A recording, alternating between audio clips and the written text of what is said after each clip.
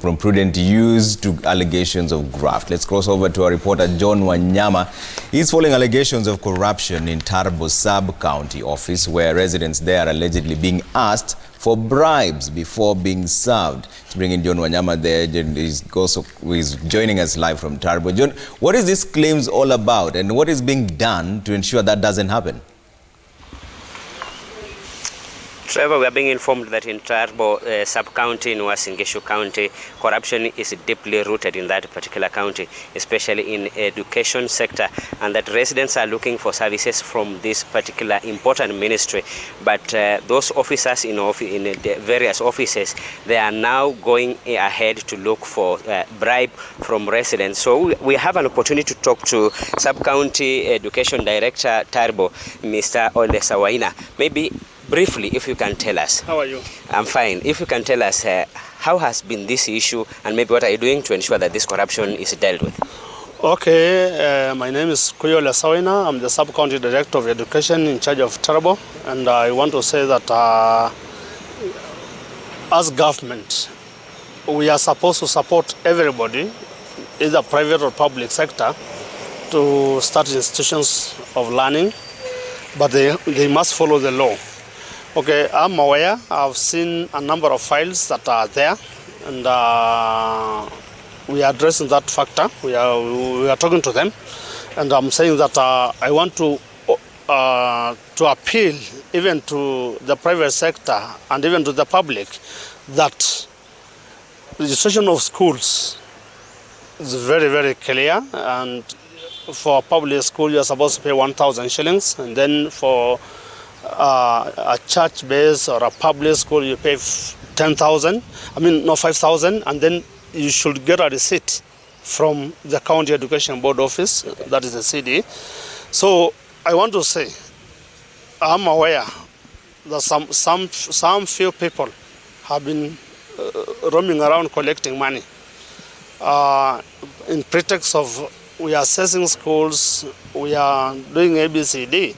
But I want to say the position of government, it's registration of schools intent. They come and address our office. I sent officers to go to their schools. The government has money. The government has given the transport. This is our car. These are our vehicles. So there should be nobody to pay any extra shillings outside what we have said. For the files that are piling, I'm addressing the issue. I want to address that issue. I want to know why those files are still piling. You have seen the files. Okay, and maybe we have seen those files. You as the director, maybe what are you doing to ensure that these officers involved in this corruption are dealt with? Maybe they have been taken to court, or what are you doing? Also, we have seen birth certificate. Parents are really going through difficult times because they are also being asked to pay for birth certificate for their kids. What are you addressing? What are you doing to address this? Okay, for the files that are piling is very, very clear. Our policies are very, very clear. Why those files are why the files are piling? Also, assessment of school done. The institution complied. Then if they have complied, I will respond. For the birth certificates, I want to assure you citizens that we are on top of those matters. We have discussed this matter with the county commissioner, who is very, very supportive to Tarbo.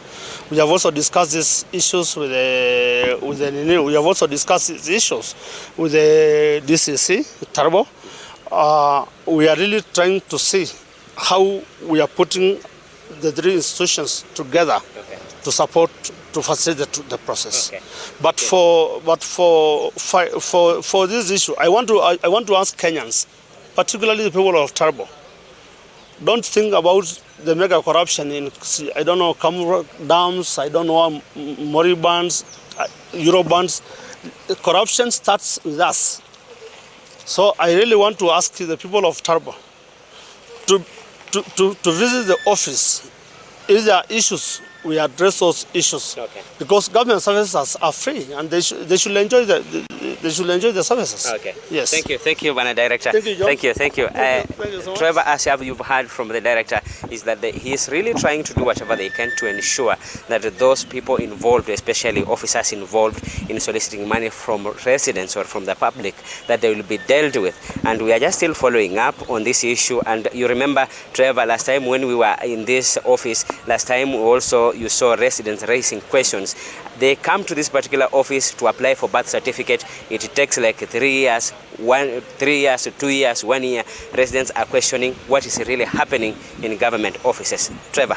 Thanks, John. That's John Wanyama speaking to us from Tarbo Sub-County in the larger Uasin Gishu County in Eldoret. And the resolution there is that government services are free, do not pay any bribe.